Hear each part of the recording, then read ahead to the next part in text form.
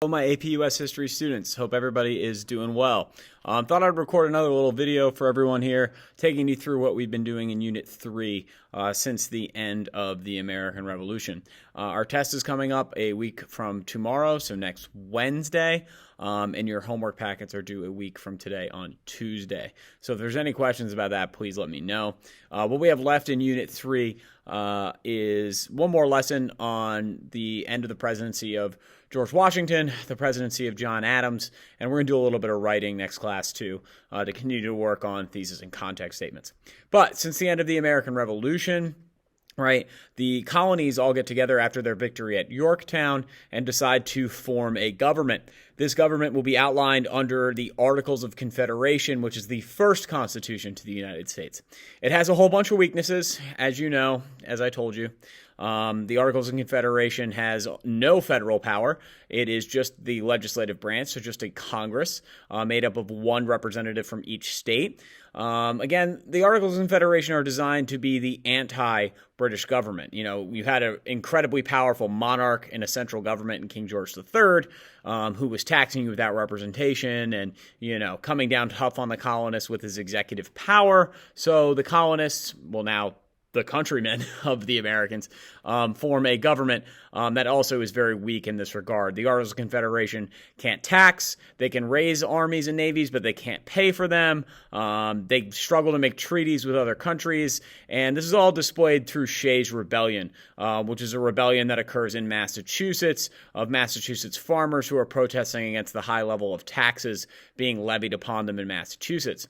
Speaking of taxes, again, under the Articles of Confederation, the federal government, which is just a Congress, has to ask the states to pay them money in taxes, to which the states can say no. So Shays' Rebellion shows us that the Articles of Confederation aren't going to work. The one positive that comes out of the Articles of Confederation is the Land Ordinance of 1787, where it basically organizes how states become states. You know, what is necessary for that. That's really the one good thing that comes out of the Articles of Confederation. Everything else is bad. Okay, so Shays' Rebellion happens. We need to write a new constitution, and we have the Constitutional Convention, where, you know, your all-star team of founding fathers meets once again in Philadelphia to originally revise the Articles of Confederation, but ends up writing a whole new document. There are a series of compromises between different groups that lead to the Constitution that you really need to know. These groups, and I will list, and then the compromises that are involved with them. So first and foremost, you have compromises between the bigger states in terms of population and the smaller states in terms of population. This is seen in the Great Compromise, where you will have the Virginia Plan, which was, you know, basically the House of Representatives. Representation is based on population. And you have the New Jersey Plan, which representation is based on the equality of states. So these become the House of Representatives by population and the Senate, where every state gets two senators. This is all done through the Connecticut Compromise, the Great Compromise, where Connecticut puts these two plans together, and you get a bicameral legislature, which means two houses, two chambers. That's four fingers, Kevin. What are you doing? Two, right? Anyways, that's why Constitution State is on your license plates. So that's states, small states versus big states. We also have Federalists versus Anti-Federalists. The Federalists obviously want stronger federal power, and their beliefs are outlined in the Federalist Papers, written by constitutional writer James Madison, John Jay, and former or future Broadway play Alexander Hamilton. They argue for why the Constitution needs to be ratified. You also have the Anti-Federalists who do not believe in strong federal power. They want power to be the states and the people. So the compromise that they have is the Bill of Rights, which gives, the individual people's powers are enumerated. They are listed out. The ninth one being saying that there is nothing, they can't possibly list all of the rights for the people. So 9 allows them to sort of say there are rights that are obvious that are protected for you, but we just did not list them here. The last group that really gets satisfied is the slave states versus the free states, the South versus the North. You have this in like the Three-Fifths Compromise, where obviously the South wants more representation in Congress, but they don't want to identify slaves as people because then they have to give them rights. So they count them as 3/5 of a person, which is an agreement signed by both the North and the South to satisfy the Southern states. You also have the end of the slave trade, which is going to occur in 1808. 1908. There's no more slaves going to be imported into the United States. The Constitution has a whole bunch of provisions that are really important. These are, dividing of power between the executive, the legislative, and the judicial branches. They all have different roles and different jobs. Executive enforces laws, legislative makes laws, and the judiciary reviews laws. We also have checks and balances, like the veto power of the president over the legislature. The legislature can override that veto, and the judicial branch can shoot down laws.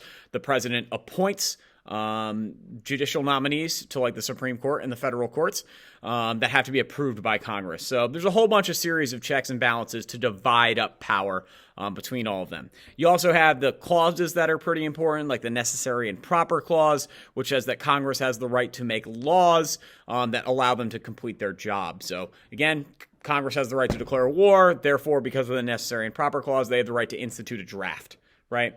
So that is legal because of that. You also have the Commerce Clause. The Commerce Clause says that the federal government has the right to regulate trade between the states. So basically, the federal government has the right to settle issues between like New York, Connecticut and Georgia, and North Carolina, whatever you want, right? The federal government has the power to step in there. And lastly, I think another important one is the Supremacy Clause, where federal government laws take priority over state laws. Now, this is going to be a recurring theme and a recurring issue through our entire class. We're going to have debates over who actually has the power to do things, the state governments or the federal governments, and that's going to be like the lasting impact of this all. The Constitution is seen as successful because of the Whiskey Rebellion. Essentially, farmers out west are upset about Alexander Hamilton's financial plan that raises taxes on whiskey. They rebel against their local and state governments, and George Washington marches an army at them, and, not physically, but just seeing George Washington march at you would make you stop a rebellion, which does happen. That shows the Constitution's strengths. So, speaking of Washington as president, he is Mr. Precedent because he sets all the rules and all of the, not even rules, the things that presidents will do moving forward. Things such as 4-year terms, things such as only serving 2 terms, things such as having a cabinet, a group of advisors that run departments, like the Secretary of the Treasury and the Secretary of State, right? They all help the president run the country. As you're going to see in our next lesson, Washington also has the Neutrality Act, which is going to keep America as a neutral country for a while. The other important thing that happens under Washington's presidency is Hamilton's financial plan. There is a lot of debt for the United States after the American Revolution. Second period, we got into a whole thing about debt, and it just went off the rails. But it's an important thing to know. I promise I will explain how global debt works once we get past the AP exam. Anyways, Hamilton's financial plan says we're going to raise tariffs, raise taxes, right? We're going to create a Bank of the United States, which is going to consolidate all of the debt. This is really the important part from the states in the federal government. And we are going to create bonds for people to buy. Now, the consolidation of debt is really important because it gives the United States federal government the opportunity to show that they can pay back debts. It also frees the states up from any debts that they have so they can focus on their own economies while the federal government handles the bigger issues, which, at the end of the day is their job in the Constitution. They are supposed to handle the bigger issues that plague the United States as a whole, such as, national debt. Right. Anyways, the South doesn't want Hamilton's financial plan because they've already paid back their debts, and they reached a compromise, the Compromise of 1790, which is going to give the South the capital of the United States. Washington, D.C., as much as you don't think of it as a southern entity, is between Maryland and Virginia. So it is, by all intents and purposes, a southern thing, right, in exchange for the acceptance of Hamilton's financial plan.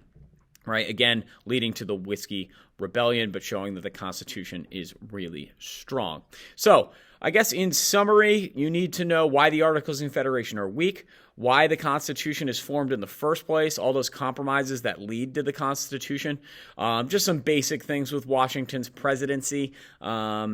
And as we're going to move forward, Hamilton's financial plan becomes really important leading into the presidency of John Adams.